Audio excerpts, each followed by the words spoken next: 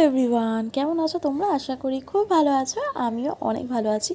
তো আজকে আমি বাড়ি চলে যাচ্ছি, মানে আজকে আমি কলকাতা ব্যাক করছি। দেখো, এখন আমি আপাতত আছি ব্যাঙ্গালোর এয়ারপোর্টে। আমাদের ফ্লাইট ছিল আজকে রাত 10টা 20 নাগাদ।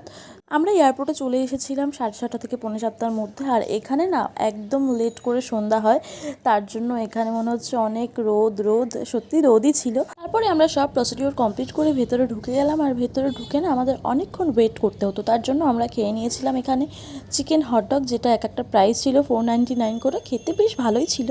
যাই হোক, তারপরে ওখানকার ওয়াশরুমটা আমার সব থেকে বেশি ভালো লেগেছে। আর ব্যাঙ্গালোর এয়ারপোর্টটা তো সত্যিই ভীষণ সুন্দর। তারপরে আমরা ফাইনাল চেক ইন করিয়ে একদম সিট ওয়াইজ বসে পড়লাম। দেখো, মর্নিং ভিউটা তো দেখেই নিয়েছি, আর নাইটের যে ভাইবটা আছে সেটাও দেখার ইচ্ছা ছিল। ফ্লাইটের মধ্যে আমার আর কিছুই খেতে ইচ্ছা করেনি, শুধু আমি একটা স্প্রাইট নিয়েছিলাম। যাই হোক, ল্যান্ড করে গেছি আর এবার যাব আমি বাড়ি অনেক দিন পর। আমি তো ভীষণ খুশি। আজকের মিনি ব্লগটা এখানেই শেষ করছি।